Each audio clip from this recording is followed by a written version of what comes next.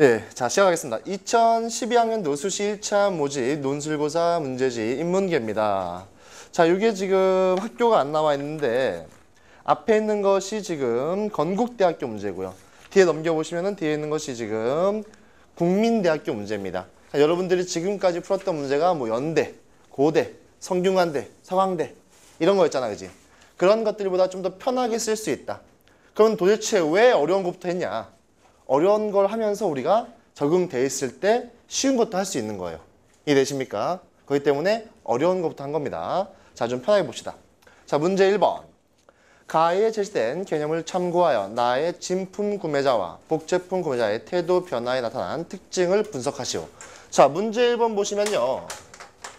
지금 결국에 이 1번이라는 것은 뭐 하는 거야? 나에 제시되어 있는 진품을 산 사람 하고 우리가 흔히 짝퉁이라고 얘기하는 복제품 산 사람, 이 두 사람이 있는데 태도 변화에 나타난 특징, 이 두 사람의 태도 변화에 나타난 특징을 우리가 지금 서술할 겁니다. 그렇죠? 근데 이걸 그냥 서술하시는 것이 아니라 어떻게 해서? 그렇지. 가를 참고해서. 자, 참고에 동그라미 땅 치시게 되는 거죠. 참고에 동그라미 땅 치게 되니까 결국에 뭐 가를 뭐 하라는 거야? 고정시키라는 거지, 그지? 완전히 고정시켜라. 가를 고정시킨 상태에서 이렇게 바라보게 되는 거죠. 이해되십니까? 우리가 가부터 일단 정확하게 있는 것이 중요하겠죠. 자, 제시문 가부터 한번 보겠습니다. 사회에서의 삶은 개인이 사회화된다는 것을 전제한다. 사회화는 개인이 인간들 사이의 사회적 관계를 익히고 한 사회 혹은 집단과 규범과의 가치, 신앙에 동화되어가는 메커니즘에 상호한다. 부르디에에게서 사회화는 다음과 같은 방식으로 설명되는 아비투스의 형성에 의해 특정 지어진다. 자, 첫 번째 단락에 가로쳐 보시고요. 첫 번째 단락이 지금 상당히 좀 어렵게 느껴지죠. 일단은 부르디에웨라는 이상한 사람이 하나 나왔고요. 뒤에 아비투스라는 우리가 알지 못하는 하나의 단어가 나왔단 말이죠. 사회에서의 삶은 개인의 사회화된다는 것을 전제한다. 자, 사회화의 동그라미 쳐야 되겠죠. 개인의 사회화.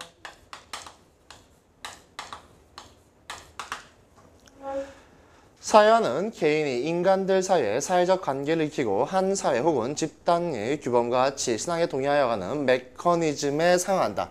결국에 개인이라는 존재가 어디에 점점 동화되는 겁니까?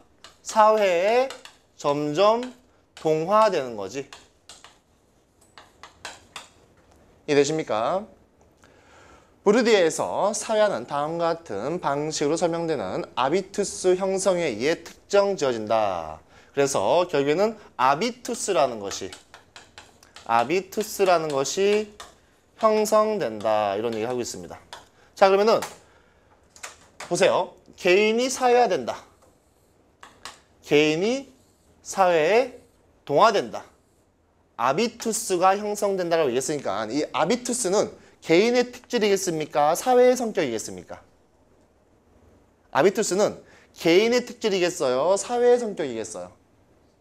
사회의 성격이겠죠, 그죠? 왜? 개인이 점점 사회로 동화되고 있는 거니까 어떻게 생각할 수 있냐면은 우리 아주 꼬마 애기들 있잖아요, 그죠? 꼬마 애기들 보면은 언제 엄마가 이제 바지 벗기고 시해 그럼 막 다 시하잖아, 그지? 나이가 좀 먹으면 엄마가 바지 벗기고 시해 이것도 안 하지만 물론 시를 아무 데나 합니까, 안 합니까? 안 하죠, 그죠? 그게 뭐 한 거야? 사회화한 거라고. 개인이 사회에 점점 동화되는 거라고. 그 전에 그냥 개인일 때는 내가 여기서 쉬를 하는 것이 부끄러운 일인지 잘못된 일인지 전혀 몰랐다는 거지. 앞으로 점점 그렇게 돼간다는 거지. 이해되십니까? 각각의 계층이 생존 환경에 적응하는 과정에서 영구적이면서 동시에 변동 가능한 성향체계인 아비투스가 만들어진다. 그것은 의식적으로 목표를 겨냥하거나 목표에 도달하기 위해서 필요한 조작을 명시적으로 통제하지 않는다. 그러면서도 목표를 달성하는 실천과 표상을 조직하고 발생시키는 원칙으로서 기능하는 구조이다. 이 실천과 필상들은 결코 규칙에 복종한 결과로 생겨난 것이 아니면서 엄연한 규율의 자격으로 사회적 실천을 주재한다. 자, 어떤 자격으로? 엄연한 규율의 자격으로. 자, 이 아비투스가 다시 뭐가 된대요? 규율이 된다. 규율이 된다.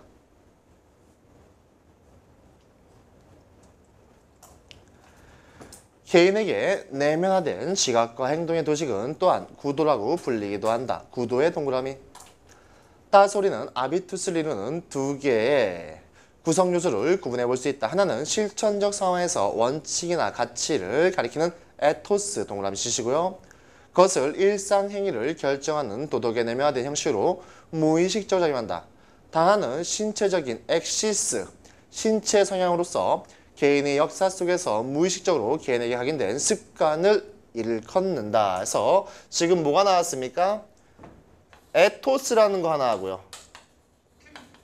또 하나 뭐가 나왔습니까? 엑시스가 나왔어요. 자, 에토스는 뭐래요? 일종의 내면 의식이라는 거죠. 그죠? 엑시스는 외적 행위라는 거죠. 근데 여기 보시게 되면은 이 에토스와 엑시스는 나의 본능에서 막 발현되는 거야? 아니면은 사회적 규범에서, 사회에서 발현되는 거야? 사회에서 발현되는 거죠. 그러면은 이 에토스와 엑시스에는 당연히 뭐가 관여하고 있겠습니까? 아비투스가 이런 식으로 관여하고 있는 거죠. 이 아비투스라는 것이 미리 말씀드리면은 취향 이런 식의 용어예요. 취향. 너 도대체 뭘 좋아하니? 뭘 좋아하니? 근데 이 취향이라는 것이 개인마다 다르다라고 얘기하지만 정말 다를까요? 아니면 사회란 큰 틀 안에서 이루어지고 있는 걸까요? 사회란 큰 틀에서 이루어지고 있는 거란 말이야. 요즘에 우리가 미인이다 얘기하는 사람 어떤 사람들이에요? 얼굴이 이렇게 갸름하고 눈은 크고 코는 오똑하고 뭐 피부는 하얗고 막 이런 여자들을 미인이라고 얘기하잖아. 그지? 근데 이것이 우리가 미인이라 생각하는 것이 정말 어떠한 본능적인 욕구로 생각하는 걸까요? 아니면은 사회적 분위기로 형성된 일종의 그 사회 동조 때문에 만들어진 걸까요? 사회 동조 때문에 만들어진 거라는 거죠. 그러면은 우리가 생각하는 미인형을 저기 아프리카 딱 갖다 놨단 말이야. 그럼 이거 미인이 아니야. 미인이 아닐 수도 있겠죠. 우리 아프리카 보면 목에다 막 못 껴가지고 목 길게 하는 애들 있잖아요. 그죠? 얘들 우리가 보면 미인이 아니야. 미인이 아니겠지. 그지? 그럼 우리가 생각하고 있는 이 취향이라는 것은 결국에는 사회. 이 사회에서 형성된 아비투스의 영향을 받을 수밖에 없다라는 거지. 이해되십니까? 이해되십니까? 그러니까 여러분들 지금 그 머리가 이렇게 다 길렀는데, 여학생들 머리 길렀는데 내가 머리 이렇게 지금 기르고 저기서 막 따고서 막 수업하고 있어. 그러면은 이게 어떻게 느껴지겠습니까? 아, 학원을 바꿔야 되겠구나. 그죠? 얘 제정신이 아닌 애가 수업하고 있구나. 이렇게 생각할 거 아닙니까? 근데 엄밀히 생각해봐. 머리를 길러서 딴 게 왜 제정신이 아니냐고. 나의 취향일 뿐이잖아. 근데 우리가 그걸 취향으로 인정해주냐, 인정해주지 않냐? 인정해주지 않지. 왜? 뭐가 걸려있으니까? 사회가 걸려있으니까, 취향에는. 이해되십니까? 이런 식의 얘기를 지금 상당히 어렵게 하고 있는 거예요. 자, 봅시다. 그러므로 아비투스는 우리가 현실을 지각하고 판단시켜주는 해석틀인 동시에 우리의 실천을 만들어내는 장본이다. 자, 해석틀 동그라미. 실천을 만들어내는 장본인 줄치시고요. 그것은 일상적인 의미에서 개인의 인성을 규정하는 토대가 된다. 우리는 자신이 이미 이러저러한 성향과 감수성을 지니고 있으며 이러저러하게 행동하고 반응하는 태도와 스타일을 가지고 태어났다고 느낀다. 포도주보다 맥주를 좋아하고 정치 영화보다 액션 영화를 좋아하는 것, 또 좌익보다 우익의 표를 던지는 것, 아비투스의 산물이다. 결국에는 우리가 행하는 모든 것이라는 것은 뭐의 산물이라는 거야? 아비투스의 산물이다. 다시 말하면은 사회의 산물이다 이거지. 이해되십니까? 우리의 표상은 우리가 차지한 위치 그리고 거기에 결부된 이해관계와 지각 판단 구도의 체계이자 우리 넘겨봅시다. 우리가 사회 내 어떤 위치를 지속적으로 경험으로써 습득하는 인식과 평가 구조인 자 지속적으로 경험함으로써 습득하는 인식과 평가 구조의 출작치시고요. 아비투스에 따라 달라진다. 결국 아비투스를 지금 뭐라고 설명하고 있냐? 지속적으로 경험함으로써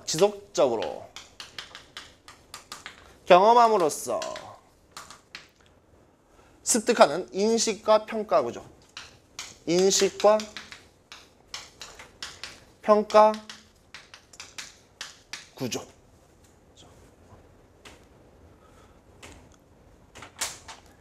결국에 아비투스라는 것은 우리 사회에서 만들어지는 거고 우리 사회에서 만들어진 인식과 평가 구조를 가지고 우리는 누구든지 평가하게 된다 이거죠. 우리 요즘에 TV에 홍석천 나오는데 물론 뭐 그 사람이 나오는 게 좋다 나쁘다를 떠나서 보면은 약간 좀 어색한 느낌이라든지 약간 불편한 느낌 같은 거 있지 않아요? 막 이렇게 그 막 여성스러운 뭐 제스처를 한다든지 하면 약간 어색한 느낌이 드는 것들을 우리가 어디에서 벗어나지 못하는 거야? 이 아비투스에서 벗어나지 못하는 거지. 이해되십니까? 이것이 이제 현대사회에 와서 이렇게 어렵게 느껴지지 않는 건데 사실은 이제 한 조선시대다 하면 여기 일단 여학생들 다 앉아있으면 안 되지. 반바지 입고 있어도 안 되지. 지금 큰일 나는 거 아니야. 머리 노랗게 물들이면 되는데 안 되지, 그지? 이런 것들 마찬가지로 다 아비투스의 산물이다. 자, 제시문 나와보겠습니다.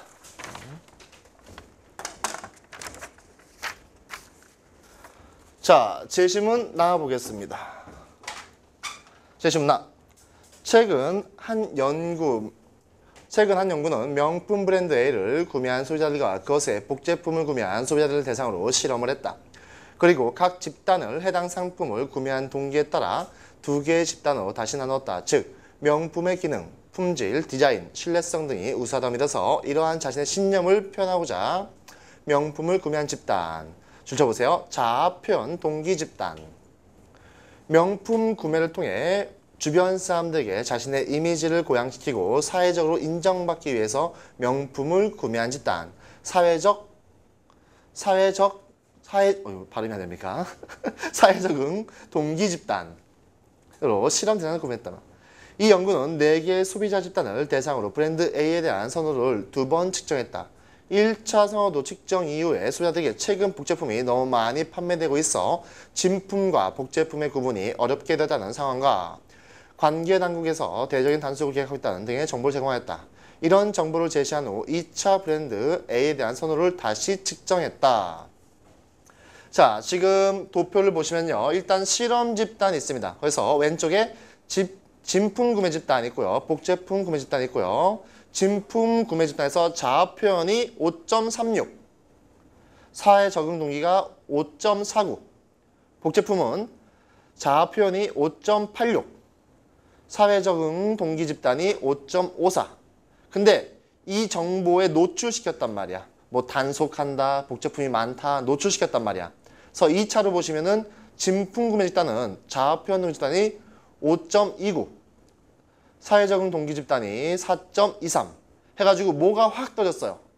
사회 적응 동기 집단이 확 떨어졌죠. 자, 복제품 구매는 자아 표현 동기 집단이 5.86인데 5.33으로 사회 적응 동기 집단이 5.54인데 5.54 그냥 유지되고 있단 말이지. 그럼 가장 큰 차이를 보인 게 자 보세요. 지금 제시문 나에서는 일단은 진품을 사는 사람이 있고요. 그리고 여기 가품을 사는 사람이 있단 말이야.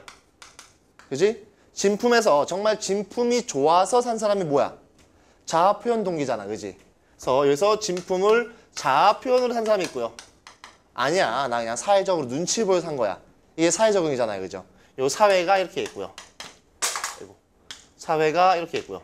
얘도 마찬가지로 자아가 있고 사회가 있죠.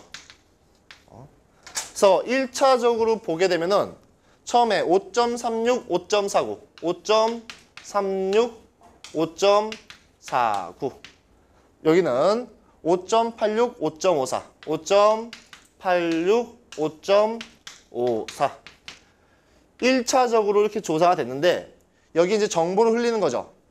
복제품이 많다. 그 다음에 뭡니까? 관계 당국에서 대대적인 단속을 기획한다. 그래서 복제품이 많다. 많다. 단속한다. 단속한다. 라는 정보를 흘리게 되니까 그 진품 구매 집단의 자는 얼마로? 5.29. 여기서 4.23. 여기서 5.33. 여기서 5.54. 자, 이거 어떻게 생각할 수 있냐면요. 내가 명품 가방을 산 거야. 근데 명품 가방이 정말 마음에 들어 산 거야. 그러면 여기서 뭐가 되겠습니까? 자아가 되겠지, 그지? 그럼 얘들은 복제품이 많거나 단속을 하거나 큰 변화가 있을 수가 없다라는 거지. 그지? 근데 내가 명품을 산 거야. 그 명품을 샀는데 이 명품이 남의 눈치 보고 샀단 말이야. 근데 복제품이 많대. 그럼 얘들은 굳이 명품에 머물러 있을 필요가 있겠니, 없겠니? 없겠지. 복제품으로 넘어갈 수 있겠지. 하니까 여기서 현격한 변화를 보이게 되는 거지. 이해되십니까? 근데 얘들은 어차피 가품 샀단 말이야. 어차피 짝퉁 샀단 말이야. 그러니까 뭐 단속하거나 많아지거나 큰 차이가 있을 수가 없다라는 거야. 이해되십니까? 이해되십니까? 그러니까 결국에 이건 뭘 얘기하는 거야? 이건 뭘 얘기하는 겁니까? 명품의 구매 이유가 뭐에 의한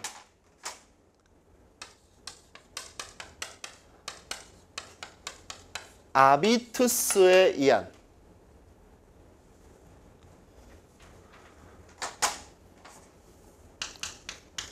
묵시적 압박일 경우에는 뭐 할 수 있다? 뭐 할 수 있다? 변화할 수 있다. 변화할 수 있다.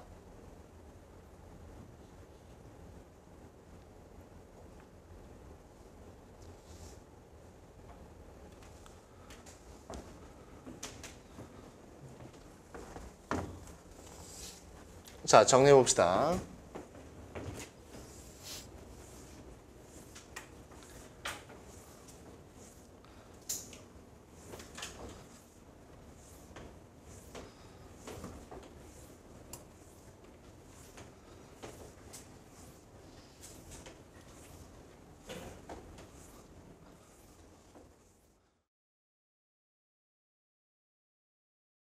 자, 논제부터 한번 다시 봅시다. 자, 논제 보시면요. 제시문 가에 제시된 개념을 참고하여 나의 진품 구매자와 복제품 구매자의 태도 변화에 나타난 특징에서 지금 결국에는 우리가 나에 나타나 있는 진품 구매자와 누구? 복제품 구매자. 이 사람들이 어떤 태도 변화를 보이나 이런 거에 대해서 지금 얘기하게 될 텐데 이것을 그냥 얘기하는 것이 아니고 어떻게 하래요? 가를 참고해서 얘기하게 되는 거죠. 이런 식으로 방향을 설정해 주는 거죠. 그래서 가에 보니까 뭐가 나오니? 가에 보니까 뭐가 나오니? 아비투스가 나오게 되는 거죠. 요 제시문에 나오진 않았지만 아비투스는 어떤 표현을 많이 쓰인다? 그렇지. 취향이라는 표현으로 많이 쓰인다는 거지. 아까 설명해 드렸지만 이 취향이라는 것은 개인적인 것이 절대 아니다라는 거야. 어디로부터 만들어졌냐? 취향이라는 것은 사회적 요소에 의해서 만들어지기 마련이라는 거죠. 우리가 지금 생각하는 어떤 미인의 기준, 이것이 아프리카에 가면은 미인이 아니지만 더더욱 문제는 뭐예요? 우리가 생각하는 미인의 기준이 사실은 어디의 미인의 기준이야? 서구, 유럽의 미인의 기준을 그대로 가져온 거잖아. 그러니까 우리나라 모든 여성들이 자괴감에 빠지는 거 아니에요. 타고난 피지컬이 다른데 왜 자꾸 그걸 미인으로? 그래서 실제로 우리나라에서 그 특정 연예인은 또 이름 얘기 되나? 예전에 그 특정 연예인이 나오기 전까지는 사실 우리나라에 그 얼굴이 이렇게 좀 넙대대하고 이렇게 약간 좀 이렇게 포동포동하고 이런 여자가 미인이었단 말이야. 우리가 지금 흔히 얘기하는 저 부잣집의 맏며느리감이다. 요즘에 이제 부잣집의 맏며느리감 별로 좋아요, 안 좋아요? 안 좋아하잖아, 그지? 그런 것들이 다 사회적 요소에서 만들어진 것이다. 자, 그래서 제시문 나를 봤더니 진품을 산 사람 중에서 사회적 동기로 인해서 산 사람들이 가장 큰 변화.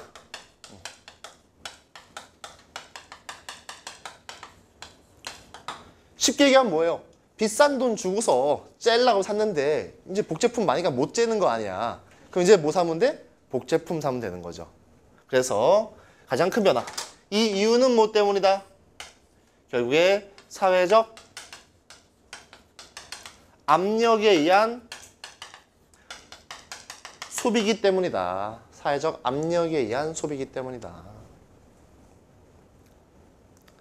그래서 우리 엄마들이 뭐 동창회 같은 데 갈 때 맨날 얘기하잖아요. 입을 옷이 없어. 들 가방이 없어. 정말 입을 옷이 없는 거예요? 그동안 벗고 다니신 건 아닐 거 아니야. 들 가방이 없어. 가서 째일 가방이 없는 거지. 째일 옷이 없는 거고. 근데 그게 사실은 중요한가? 아줌마들 다 배 나왔는데 나 혼자 배 안 나왔으면 그것이 정말 진정한 아름다움이지 않겠습니까? 그래서 이효리가 명품 안 산대잖아요. 몸뚱이가 명품인데 무슨. 그죠? 남자들도 원래 체격이 좋은 사람들이 운동 잘 안 해요. 자, 이해됐습니까? 자, 문제 2번 넘어가겠습니다. 문제 2번. 어때요? 연고대나 이런 거보다 훨씬 풀기 쉽죠? 이런 거구나 풀 수 있겠죠, 그죠? 제가 누누이 말씀드리지만 그 논술 써가지고 엄청나게 크게 역전해서 대학 붙은 아이들이 우리 클래스에 아주 많이 있습니다. 실제 시험장에 가서 여러분들이 뭐만 생각하면 되냐면은 배운 거 그리고 정답이 뭐지만 생각하시면 돼요. 자, 지금 이 문제 같은 경우는 가로 나를 보는 거잖아. 가로 나를 볼 때 어떤 표현이 쓴다 그랬어?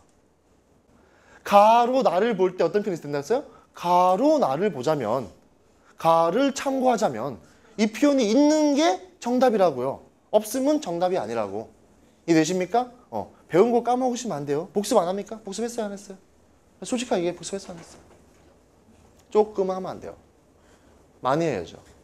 복습했어, 안 했어? 안 했어? 헐.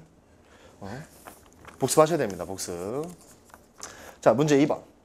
가와 다의 관점에서 라에 그려진 인물들의 행동 방식에 대한 자신의 견해를 논술하시오. 자, 가와 다의 관점에서 빗금. 라에 그려진 인물들의 행동 방식에 대한 자신의 견해를 논술하시오. 자, 결국에는 우리가 지금 라에 나타나 있는 인물의 뭐를? 행동 방식을 뭐 할 거냐면은 논할 거예요. 논할 건데 그냥 논하는 것이 아니고 어떻게 하래요? 가와 다의 관점에서. 어떻게 하래? 가와 다의 관점에서. 여러분들도 벌써 이제 6주차, 7주차 수업 듣다 보니까 대충 느낌이 오죠. 이렇게 하는 거구나. 이게 푸는 거구나. 자, 라의 인물을 우리가 설명할 건데 그냥 설명하는 것이 아니라 가와 다의 관점에서. 자, 다시 한번 설명드릴게요. 아주 중요합니다. 사회 현상이 있어요. 이 사회 현상이 있는데 이 사회 현상의 원인이 한 가지겠습니까? 아주 많겠습니까? 아주 많은 원인이 있단 말이야. 그지? 아주나 많은 원인들이 있을 수밖에 없어요. 하지만 우리가 글을 쓸 때 이 모든 원인을 다 고민할 수 있어? 고민할 수 없어? 고민할 수 없겠죠. 그러니까 한 가지 원인만을 정확하게 딱 결정해 준단 말이야. 이 원인이 뭐가 되는 거야? 이 원인이 뭐가 되는 거야? 제시문이 되는 거지. 간단하잖아요. 아주 중요한 거야. 사회 현상에 수도 없이 많은 원인이 있단 말이야. 이 원인 중에서 한 가지, 이걸로 한번 살펴봐봐. 이런 개념이란 말이야. 이해되십니까? 그러니까 우리는 글을 쓸 때 글을 쓸 때 어떻게 써야 됩니까? 우리가 원인을 잘 적용시켰습니다. 이것을 드러내게 글을 써주는 거 아닙니까? 그죠? 그러니까 지금 이거 같은 경우는 어떻게 쓰시면 되겠습니까? 가의 이러한 관점에서 라의 예를 보면 이런 식의 표현이 있으면은 아주 좋은 글이 될 수 있다라는 거죠. 너무나 당연한 거죠? 너무나 당연한 거죠? 다 해준 건데 까먹으면 안 돼요. 우리 시간이 없잖아. 내년까지 몰고 길 가는 거야? 내년까지 몰고서 뭐 여유 있게. 오늘 밤에 나한테 문자 보내는 거야? 내년에 어디 계시냐고? 까먹으면 안 됩니다. 자, 그러면은 우리 가는 봤으니까 이제 다만 한번 봅시다. 다. 자본주의 사회에서 유한 계급은 훌륭한 신사는 사유재산을 많이 가진 사람이다. 그런데 그가 돈벌이에 몰두하는 것은 생필품이나 육체적 안락을 얻기 위해서가 아니다. 그런 동기는 보통 사람에게나 중요하다. 유한 계급의 신사로 하여금 재산 축적에 몰두하게 하는 힘은 처음부터 부에 따른 상하의 차별이며 일시적인 예가 아니고는 다른 동기가 수위를 차지한 적이 없다. 야만 문화에서 주먹다짐이나 칼싸움, 결투, 전쟁 따위의 힘겨름에서 승리하는 것이 유한 계급의 일원이 되거나 주도권을 장악하는 비결이었다. 이러한 습관은 현대 도시의 뒷골목에서 벌어지는 깡패들의 패권 다툼에 가장 뚜렷하게 남아있다. 그러나 줄쳐보세요. 자본주의 유한 계급의 신사에게 중요한 것은 육체적인 힘겨름이 아니라 금전적 겨룸, 즉 돈싸움에서 승리하는 일이다. 결국에 자본주의의 신사들은 돈을 막 벌려고 한단 말이지, 그지? 근데 이거 왜 벌려고 하는 거야? 내가 뭔가가 지금 더 필요해서 벌려고 그러는 거야? 그게 아니라는 거지, 그지? 뭐 하기 위해서? 내가 쟤보다 많이 벌잖아. 월급 많이 받으면 형이잖아. 이런 얘기 한단 말이야, 사회에서 남자들은. 그래 네가 형이야. 왜? 네가 월급 많이 받았으니까 이런 얘기 한단 말이야. 뭐야? 자본의 겨름에서 이기고 싶어 하는 거지. 이해되십니까? 보통 사람과 유한계급의 신사는 상이한 동기에 의해서 경제활동에 참가한다. 전자는 생필품과 육체적 안락의 획득을 위해 일하지만 후자는 금전적 겨룸에서 이기기 위해 부를 축적한다. 이를 베블렌의 독특한 이분법이다. 이러한 이분법의 소비에 관해서도 똑같이 타당하다. 보통 사람은 생명의 유지와 육체적 안락에서 효용을 얻기 위해 재화를 소비하지만 유한계급의 신사는 자신의 부와 실력을 과시하기 위해서 소비한다. 이것이 바로 유명한 과시적 소비 동그라미 CC고요. 과시형 레저이다. 오늘날 베블렌을 모르는 사람들도 과시적 소비라는 용어를 아는 경우가 많다. 베블렌은 19세기 후반 미국 유한신사들의 과시적 소비에 대해 수많은 사례를 제시했다. 사람들은 베블렌의 시각을 빌어 그가 미처 발견하지 못했던 더 많은 사례를 쉽게 찾아냈다. 오늘날 사람들이 단지 자기의 부유함을 나타내기 위해 쓸데없는 고가품을 사들이는 이웃을 볼 때 흔히 과시적 소비라는 빈정거림을 보게 된 것은 바로 베블렌의 공로이다. 자, 제시문 다를 한번 볼게요. 일단은 유한계급이란 말이 나왔는데 이 유한계급은 그냥 귀족 정도로 생각하시면 됩니다. 원래 유한계급 논의한 책이 있는데 그냥 귀족 정도다. 그래서 우리 요즘에는 내가 열심히 일해서 부자 된 사람이 있고 아버지한테 물려받아서 부자 된 사람이 있어. 누구 더 좋아하니? 물려받아서? 만약에 예를 들어서 뭐 A란 사람은 아버지한테 100억짜리 건물을 물려받아가지고 부자야. 근데 B란 사람은 자기가 열심히 일해가지고 부자 됐어. 근데 누가 더 존경해? B를 더 존경하잖아. 자수성가한 사람은. 근데 예전에는 그게 아니었단 말이야. 왜? 그거는 네가 원래 천민임을 증명하는 거잖아. 이 일을 뭐하러 해? 뭐 이런 개념이에요. 이 유한계급이 그런 개념이에요. 원래 돈이 많았던 원래 귀족을 얘기하는 거예요. 이 유한계급도 근데 뭘 한대요? 돈을 번단 말이지. 이 돈 벌기는 왜 하는 거야? 겨루기에서 승리하기 위해서 하는 거라는 거지. 자신의 계급적 지위를 꾸준히 유지하고 싶은 거야. 실제로. 어떤 책에 보면은 이런 말 나와요. 대한민국에서 돈이 얼만큼 있어야지 더 이상 부족함이 없이 쓸 수 있냐. 정말 풍족하게. 얼마일 것 같아요? 정말 풍족하게. 얼마일 것 같아요? 한 140억 된대요. 한 140억 이상 있으면은 쓸 곳이 없대요. 근데 우리가 알고 있는 부자들이 그 이상 많지 않나요? 뭐 우리 요즘에 이건희 씨하고 이명희 씨하고 둘이 막 소송 나고 막 이러는데 그분들 재산이 막 몇 조째 되잖아. 근데 그걸 막 이렇게 소송 내잖아요. 결국에는 왜 소송하지? 뭐 이런 생각이 좀 들잖아요. 돈이 많은데. 뭐 하고 있는 거야? 겨루기 하고 있는 거지. 뭘로? 돈으로. 뭐 해야 돼? 승리해야 돼. 가오가 안 살잖아.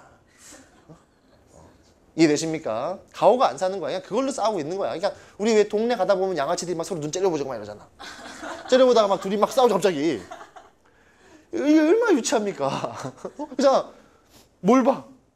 뭐 막 내가 가끔 집에 가잖아요. 그 밤에 집에 가면은 그 술 먹은 그 젊은 애들이 20대 초반 막 이런 나한테 뭘 봐? 이러더라고. 그래서 내가 야 그럼 눈으로 보지도 못하냐? 그랬더니 맞아. 뭐 이러더라고. 응? 이게 그 비슷한 거야. 이게 되게 유치한 것 같아 보이지만 이 당사자에게 상당히 중요하단 말이야. 그 우리 그 고등학생들이 누가 먼저 눈 피하냐가 상당히 중요한 것처럼. 이해되십니까? 그래서 얘네들은 돈을 벌었으니까 이제 뭐 해, 다음에? 소비를 해야 되는데 이 소비가 무슨 소비래요? 과시적 소비라는 거지. 과시적 소비. 과시하기 위한 소비라는 거지. 이해되십니까? 자, 이것에 덧붙여서 아까 정리했던 가를 한번 같이 볼게요. 자, 가에 뭐가 나왔어요? 가에 뭐가 나왔어? 대답 좀 해봐. 아비투스가 나왔었죠, 그죠? 이 아비투스는 다른 말로 하면 뭐라 그랬어요? 아, 그렇지. 취향. 좋습니다. 취향이라고 했는데 이 취향은 어떻게 결정된다? 그렇지. 사회적 인식에 따라 결정된다 라는 거죠. 자, 가와 다를 봤으니까 이제 라를 보면 되겠네요. 라. 1970년 내가 지금의 세종문화회관 자리에 있던 옛 총회관에 문인협회 사무실서 협회기간지 월간문학을 편집하고 있을 어름이었다. 어느 날 난데없이 유자가 불쑥 찾아왔다. 10년도 넘어 된 해우였다. 이산희처럼 어디서 무엇이 되어 다시 만나려 했더니 그는 재벌그룹 총수의 승용차 운전사가 되고 나는 글이라고 끼적거려봤자 누구 하나 알아주는 리가 없이 무명 작가가 되어서 다시 만나게 된 것이었다. 저 두 사람 만났는데 한 명은 뭐야? 재벌기업 총수의 운전사. 한 명은 뭐야? 무명 작가. 둘 다 별 볼 일 없네요. 그죠? 무슨 얘기가 있는 모양이구먼. 있다면 있고 없다면 없는디 들어볼라남. 그는 이야기를 펼쳐놓았다. 총수의 자택에 연못이 생긴 것은 그 며칠 전의 일이었다. 뜰 안에다가 벽이고 바닥이고 시멘트를 들이부어 만들었으니 연못이라기보다는 수족관이 하는 것이 말맞은 시설이었다. 시멘트가 굳어지자 물 채우고 울긋불긋한 비단잉어들을 풀어놓았다. 비단잉어들은 화려한 맵시로 보는 사람마다 탄성을 자아내게 하였으나 그는 처음부터 흙이 눈을 떴다. 비행기를 타고 온 수입 고기라서 아니었다. 그 회사 직원의 몇 사람 월급이 합쳐도 못 미치는 상식밖에 몸값 때문이었다. 대관절 얼마짜리 고기한데 그려? 내가 물어보았다. 마리당 80만 원쯤 주가 줬다. 그 회사 직원들의 봉급 수준을 모르게 내 월급으로 계산해보니 자그마치 3년 4개월 동안이나 봉투째로 쌓아야 겨우 한 마리 만져볼까 말까 한 값이었다. 비단잉어 한 마리가 어떠한 사람의 3년 4개월치 월급이라는 거죠. 말이 됩니까 안 됩니까? 말이 안 되죠. 헤쳐먹어버려야 돼요. 웬놈은 잉어가 사람마다 비싸다냐. 내가 기가 막혀 두렁거렸더니 보통 것이 아니려면 그려 베더넨멘또 라나 뭐라나 틀어주면 또 그 가격대로 따라서 하고 차이코프스키죠. 메라나 틀어주면 또 가격대로 따라서 하고 좌우간 곡을 틀어준 대로 모춘 춤이 없고 순천 딴따라 고기니께 물고기도 꾸랑지르며 먹고 사는 물고기 있다는 건 이번에 그 집에서 처음 봤구먼. 그런데 이 비단잉어들이 어제 새벽에 떼죽음 당한 거였다. 자고 일어나 보니 죄다 허옇게 뒤집어진 배로 떠 있는 것이었다. 총수는 오늘도 연못이 텅 빈 것이 못내 아쉬운지 식전마다 하던 정원 산책도 그만두고 연못가로 맴돌더니 유기사, 어제 그 고기들 다 어떻게 했나? 또 그를 지명하여 묻는 것이었다. 그는 아무렇지 않게 됐다. 한 마리가 황소 나들감에 나가는데 아까워서 그냥 내뺀지도 하지요. 비싼 고기는 맛도 괜찮겠다 싶기도 하고 게 비늘 내간 걸어서 된장기 조금 하고 고창 조금 풀고 마늘 서너 통 다져놓고 멀국도 좀 있게 지어서 한 굿부덜씩 했지요. 뭐 어쩌고 어째 왜요? 왜요? 이런 잔인무도한 것들. 총수는 분기탱천하여 붙저지를 못하였다 보아니 아는 문짠 다 동원하여 호통을 쳤으면 하나 혈압을 생각하여 참는 눈치였다. 달리 처리할 방법도 없잖쭈. 총수는 성깔 덧뜨며 한 말이 아니었다. 그가 할 수 있는 것이 그 방법 말고는 없었기 때문에 그렇게 뒷동을 난 거였다. 총수는 우악스럽고 무식하기 짝이 없는 아래 것들하고 따따붙다 해봤자 공연히 의심이나 흠이 가고 득대일 것이 없다고 판단했는지 숨결이 웬만큼 고루 잡힌 어조로 그 불쌍한 것들 저쪽 잔디밭에 고이 묻어주지 않고 그래 그걸 술안주로 처먹어버려? 에이 피도 눈물도 없는 독종들 하고 혼잣말로 중얼 걸면서 들어가 버리는 것이었다. 자, 여기서 피도 눈물도 없는 독종들의 줄 한번 쳐보시고요. 자, 앞에 논제로 가서 봅시다. 가와 다의 관점에서 라에 그려진 인물의 행동 방식에 대한 자신의 견해를 논술하시오. 이 라에 그려진 인물이라는 것은 운전수겠습니까? 무명기사겠습니까? 재벌총수겠습니까? 재벌총수겠죠. 그죠? 자, 라에서 얘기하는 것은 결국에 재벌총수인데 이 재벌총수가 지금 뭐 하고 있습니까? 과시적 소비를 하고 있죠. 왜? 어떻게 잉어 한 마리가 그렇게 비싼 값으로 가져올 수 있냐 이거죠. 정말 필요에 의해서 가져온 거야? 과시하려고 가져온 거야? 과시하려고 가져온 거잖아. 그죠? 이것이 다로 보게 되면은 유한계급인 귀족이 돈을 벌고 그 돈을 쓰는데 이것을 겨루기의 승리의 수단으로 삼고 있는 거죠. 나 집에 이렇게 비싼 잉어가 있어. 뭐 이런 거잖아요. 그죠? 그래서 과시적 소비하고 있는 거고요. 또 이거를 가로 보게 되면은 이렇게 과시적 소비를 해야 된다라는 사회적 압박이 작용하고 있는 거라고 볼 수 있겠죠. 이해되십니까? 자, 그러면 줄친 부분을 왜 줄치라 했냐면은 자, 다시 한번 볼게요. 이 피도 눈물도 없는 독종들에서 이 피도 눈물도 없는 독종들이라는 것은 잉어를 잡아먹은 사람을 얘기하는 거잖아. 근데 잉어를 잡아먹은 게 정말 피도 눈물도 없는 독종들이야? 아니면은 사람들이 그걸 먹었다고 욕을 하는 게 독종들인 거야.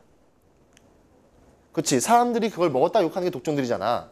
만약에 정말 선량한 사람이었다면은 그 잉어 살 돈을 자기 노동자들에게 더 많은 월급을 주거나 할 수 있는데 그런 생각은 전혀 하지 않고 너 잉어 먹었어? 이 나쁜 새끼. 이렇게 하는 거잖아. 결국에 여기서 피도 눈물도 없는 독종들이라는 것은 이 사람이 상대방에게 내뱉은 얘기지만 누구를 지칭하고 있는 거야? 본인 스스로를 지칭하고 있는 거란 말이야. 이해되십니까? 그래서 피도 눈물도 없는 독종이라는 것은 결국에 재벌 총수를 이야기하고 있는 거다. 볼 수 있습니다. 자, 근데 논제로 가서 보시면요. 논제로 가서 보시면은